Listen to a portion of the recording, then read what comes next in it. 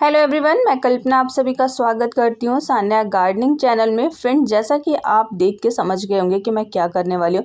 Friend, जितने भी मैंने नर्सरी से प्लांट्स खरीद के लाए थे सभी प्लांट्स को आज मैं रिपॉट करने जा रही हूँ। तो कम से कम मेरे पास 23 या 24 प्लांट्स थे, सभी को मैं रिपॉट करने जा रही हूँ। सिर्फ जो गुड़हल का प्लांट था उसको मैं बाद में रिपॉट करूँगी। ये सारे सीजनल प्लांट्स हैं और इन सभी को मैंने बहुत सारे पॉट्स को खाली करके, जितने भी समर वाले जो प्लांट्स थे उन्हें निकाल करके, फिर से जितने भी विंटर वाले प्लांट हैं इन सबको मैं लगाने जा रही हूँ। तो ये वीडियो तो आपको देखने में लग रहा है कि सिर्फ ये 8 मिनट का वीडियो, लेकिन पूरे प्लांट्स को रिपॉट करने में कम से कम मुझे 1.5 घंटे लगे थे। पूरा अरेंज करना, फिर सभी प्लांट्स को रिपॉट करने में, तो इसलिए आप वीडियो को बिल्कुल भी स्किप मत करिएगा।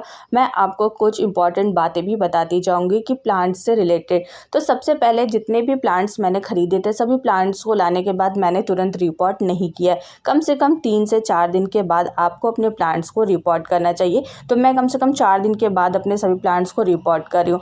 रिपॉट करने से पहले जितने भी प्लांट्स मैंने रखे थे जहाँ पर, वहाँ पे मैंने पानी देती रह रही थी। सूखने नहीं देना है क्योंकि ये सीजनल प्लांट्स है ना, बहुत जल्दी सूख भी जाते हैं। और जो इनकी सॉइल है ना वो बहुत अच्छी है। जो नर्सरी वाले थे उन्होंने इसे जिस भी मिट्टी में लगा रखा था वो इतनी अच्छी मिट्टी है ना कि बस जैसे मैं हाथ लगा रही थी वो मिट्टी बिल्कुल आसानी से हट जा रही थी। तो इस तरह की मिट्टी से क्या फ़ायदा रहता है, इससे ये फ़ायदा रहता है कि हमारा जो प्लांट है उसकी जो रूट्स होती है ना वो बहुत अच्छे से बढ़ जाती हैं।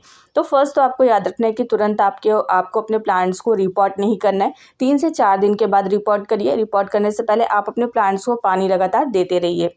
नेक्स्ट बात आपको ध्यान रखनी है, जब आप अपने प्लांट्स को रिपॉट करें, जैसे कि मैंने जितने भी पॉट्स है सभी में मिट्टी भर ली है, तो मिट्टी आपको किस तरह से बनानी है, आपको बिल्कुल वेल ड्रेन मिट्टी बनानी है। जितने भी पॉट्स हैं सभी में ड्रेनेज होल्स बहुत अच्छे होने चाहिए जिससे कि पानी निकल सके, क्योंकि विंटर सीजन में जो हमारा एटमॉस्फेयर है उसमें भी मॉइस्चर रहता है। तो इसके लिए पानी बहुत ज़्यादा अगर प्लांट पर पड़ जाता है, सीजनल प्लांट्स की जो रूट्स होती है ना बहुत ही हल्की होती है, थोड़ी सी ही अगर आपने ओवर वाटरिंग कर दी ना तो सभी में ये पानी ज़्यादा हो जाएगा और आपके जो प्लांट्स हैं वो ख़राब होने लगेंगे, उनकी जो रूट्स होती हैं वो सड़ने लगती हैं। तो आपको ये भी ध्यान देना है कि आपको अपने प्लांट्स में ओवर वाटरिंग नहीं करनी है और आपका जो प्लांट है वो बहुत अच्छी सी मिट्टी में लगा रहा है, बिल्कुल वेल ड्रेन मिट्टी में। इसके लिए आपको क्या करना है, नॉर्मल आप 50% तो आप जो गार्डन सॉइल है उसको लीजिए, थोड़ा सा उसमें कंपोस्ट मिक्स कर लीजिए और उसमें आप थोड़ा सा सैंड मिक्स कर लीजिए। इस तरह की जो मिट्टी बनेगी वो बिल्कुल वेल ड्रेन रहती है और उसमें पानी बिल्कुल भी नहीं ठहरता है। मिट्टी की बात हो गई। नेक्स्ट आपको ये ध्यान रखना है, जितनी भी सीजनल प्लांट्स, जो फ्लावरिंग वाले जो विंटर सीजन के प्लांट्स होते हैं सभी को फुल सनलाइट पसंद है। आप सभी को फुल सनलाइट में रखिए। अगर आप शेडी एरिया में रख देंगे तो जितने भी प्लांट्स हैं ना फ्लावरिंग वाले, वो एक तो फ्लावर्स नहीं देंगे और साथ ही साथ ये जो प्लांट्स है ना बहुत ही जल्दी ख़राब होने लगते हैं। मेरे पास कुछ एरियाज़ ऐसे जहाँ पर बिल्कुल भी धूप नहीं आती, तो वहाँ पर अगर मैं इन प्लांट्स को रख दूँगी तो ये प्लांट्स आप देखेंगे हफ्ते 2 हफ्ते के बाद ख़राब हो जाएंगे। साथ ही जो इसमें जो फ्लावर्स ऑलरेडी निकले हुए ना वो भी सूख जाएंगे और प्लांट तो ख़राब हो ही जाएगा। तो इसलिए आपको क्या करना है, आपको अपने सभी प्लांट्स को फुल सनलाइट वाली जगह पर रखना है। नेक्स्ट आपको ये बात ध्यान रखनी है कि आपको अपने प्लांट्स को कंपोस्ट कब देना है।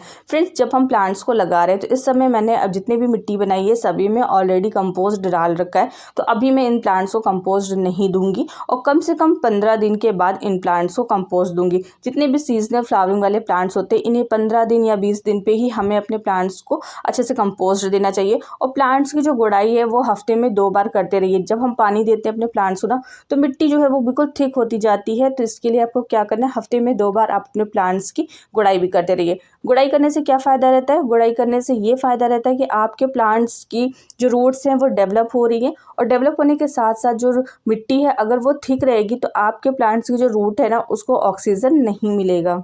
आपके प्लांट्स को अच्छे से ऑक्सीजन मिल सके और उसकी ग्रोथ अच्छे से हो सके, इसके लिए आपको क्या करना है, हफ्ते में 2 बार अपने प्लांट्स की अच्छे से गुड़ाई करिए और पानी भी हफ्ते में सिर्फ 2 बार ही दीजिए, जिससे कि आपका जो प्लांट है वो बहुत अच्छे से सर्वाइव करेगा। फुल सनलाइट में रखने के बाद भी विंटर में इतनी तेज़ धूप नहीं होती है कि आपका जो प्लांट है वो ख़राब हो जाए। तो हफ्ते में 2 बार बस पानी दीजिए, ज़्यादा पानी नहीं देना है अपने प्लांट को, ओवर वाटरिंग नहीं करनी है।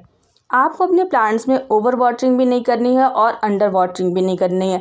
अंडर वाटरिंग का साइन ये होता है कि जैसे ही हमारे प्लांट्स में पानी की कमी होती जाएगी आपके प्लांट्स की जो लीव्स है ना वो अंदर की ओर झुक जाएंगी, बिल्कुल ऐसा लगेगा कि आपका जो प्लांट है वो डेड हो रहा है। तो इस समय आपको ध्यान देना है, आपको अपने प्लांट्स में ओवर वाटरिंग नहीं करनी है, बस थोड़ा सा पानी दे दीजिए जिससे कि आपके प्लांट की जो मिट्टी है ना वो उसमें हमेशा मॉइस्चर बना रहे, तभी आपका जो प्लांट है वो अच्छे से सर्वाइव करेगा।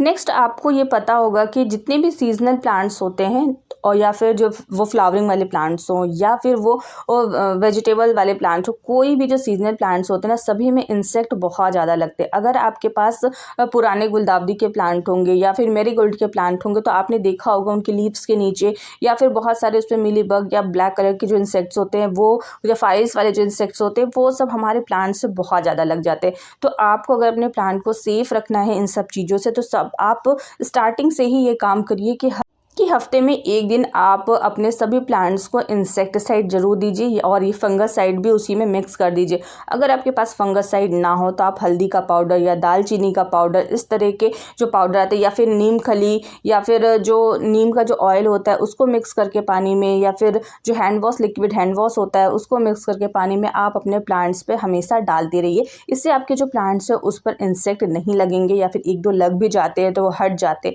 तो ये हमें इंतज़ार नहीं करना है कि जब हमारे प्लांट्स पे लगेंगे इंसेक्ट तब हम ये काम करेंगे, ऐसा नहीं करना है। जब आप प्लांट्स लगा देते हैं उसके बाद से ही आप ये प्रक्रिया स्टार्ट कर दीजिए।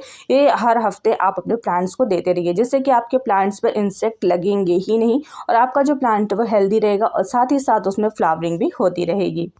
नेक्स्ट आपको क्या करना है, अगर आप इस तरह से छोटे छोटे से सीडलिंग वाले प्लांट्स लगा रहे हैं तो आपको क्या करना है, जब प्लांट्स थोड़ा सा बड़ा हो जाएगा तो आपको ऊपर से उन सभी प्लांट्स की पिंचिंग कर देनी है। पिंचिंग करने से क्या होगा, उसमें बहुत ज़्यादा ब्रांचेस निकलेंगी और आपको जो प्लांट है ना वो हेल्दी होता जाएगा। तो आपको ये काम कर लेना है। देखिए, बातें करते करते मैंने अपने सभी प्लांट्स को रिपोर्ट भी कर दिया। अब रिपोर्ट करने के बाद मैं इन्हें पानी दे दूँगी। आपको एक काम और करना है, जैसे ही प्लांट्स में फ्लावर्स निकलते हैं और फ्लावर्स जब सूखने लगते हैं तो आपको उन सभी जितने भी फ्लावर्स हैं उन सभी को हटा देना है। अगर आप फ्लावर्स को नहीं हटाएंगे तो आपका जो प्लांट है वो सूखने लगेगा। जो फ्लावर्स है वो सीड्स बनाने लगते हैं और जैसे ही हमारे प्लांट्स में सीड्स बनने लगते हैं ना, वैसे ही हमारा जो प्लांट है वो सूखने लगता है। तो फ्लावर्स को हटा देना है जैसे ही फ्लावर्स हल्के हल्के सूखने लगते हैं। उसमें सीड्स नहीं बनने देने हैं। सीड्स बनने का टाइम तब होता है जब लास्ट फरवरी या मार्च, जब हमारा प्लांट जो है वो डाई होने लगता है, इसका सीज़न जब ख़त्म होने लगता है, तब जो फ्लावर्स होते हैं ना, तब उनको ऐसे रहने देते हैं और हम उसमें सीड्स बनने देते हैं और फिर उन्हें हम कलेक्ट कर लेते हैं।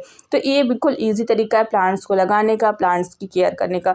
तो ये बिल्कुल फुल वीडियो है। अगर आपने इस वीडियो को अभी तक यहाँ तक देख लिया है तो आपको अपने विंटर सीजन के जितने भी प्लांट्स हैं सभी की केयर करना भी आ जाएगा और साथ ही साथ उन्हें किस तरह से रिपोर्ट करना है ये भी आप बिल्कुल अच्छे से समझ गए होंगे।